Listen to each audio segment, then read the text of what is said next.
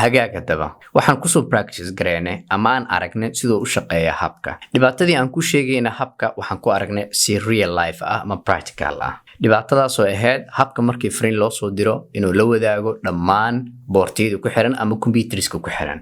Waxaan rabaa hadda inaan practicalkan ku sameeyo bridge anoo isticmaalayna isla design-keena. Bridge waxaan idinku soo sheegay muuqaalkan kii ka horeeyay in uu yahay kala qaybiyaha laba network. Kala qaybiyaha laba network kaliya ma aha, wuxuu isku xiraa laba network. Haddaba waxaan rabnaa inaan ogaano ama aan aragno qaabkan u isticmaali lahayn bridge-ka.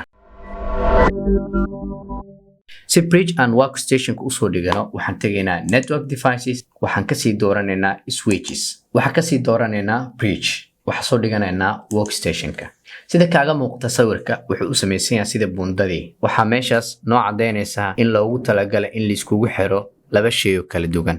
Hagaaga daba waxa u baahanaa inaan soo qaato computer. Waxaan tagayaa end devices. Markaan waxaan soo qaadanaynaa laptop. Waxaan soo dhiganaynaa laptopka. Isla network-gan ama IPs-kan isticmaali doonaa. Wax ka duwan ma isticmaalayo. Okay? Uma baahnid isla IP-gan inaad isticmaasho. Markii aad gaarto network protocols ayaa waxaa arki doontaa inta option ee ku furan ee aad ku isticmaali karto IP addressing-ka. Waxaan isku xirayaa habka iyo bridge-ka. Si habka iyo bridge-ka iskugu xiro waxaan isticmaalayaa fiilada crossover cable-ka. Waxaan ku dhufanayaa habka, waxaan ka dooranayaa fast ethernet 0/3. waxaan ku xirayaa bridge-ka godkiisa koowaad. Dabcan bridge-ka markastoo wuxuu leeyahay laba god oo kaliya, ka badan ma lahan. waxaan loogu talagalay inuu meel wax ka qaado meel kale oo geeyo. hagaaga daba markii calaamadan ay taagan tahay micnaheedu waxay tahay soo ma daarmin. Haddii aad rabto inaad si degdeg ah u soo daarto waxaad taabataa fast forward calaamadan. waxaan abuuranayaa IP-gii aan geli lahay laptopkeena. si aan node u qaadano waxaan tegaynaa meeshan kore nodeska, kadib waxaan ku dhufanaynaa laptopka agtiisa, asina waxaan sii doonaa 192.168.1.4. si aan ugu baxo sanduuqan waxaan taabanayaa escape ama waxaan taabanayaa selection toolka. computerka IP-gan aan meesha ku qoray ayaan rabaa inaan geliyo. si aan u geliyo computerkan ku dhufanayaa waxaan ka dooranayaa desktop IP configuration. IP-ga ugu talagalaa waxaa gelinayaa godkan kore oo ah 192.168.1.4.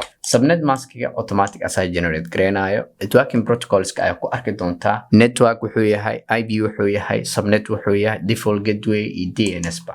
hagaag waxaan rabaa inaan fariin ka diro computerkan oo u diro computerkan. kaagama sheekeynayo sida fariinta u dhici doonto, waad arki doontaa. waxaan taabanayaa xarafka B for pen ama waxaan dooranayaa bashqada.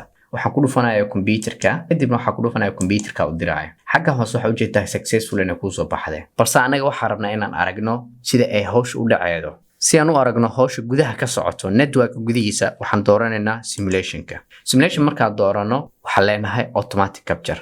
fariintu waxay ka baxday computerka, waxay tagtay bridge-ka. bridge-ku wuxuu u dirayaa habka. ugu waxaan rabnaa fariinta in loo diro kan. balse habka wuxuu sameynayaa fariinta qofka loogu talagalna wuu u dirayaa, sidoo kalena wuxuu u dirayaa dadkii aanan fariinta loo rabin in la gaarsiiyo. waa problemka jiro.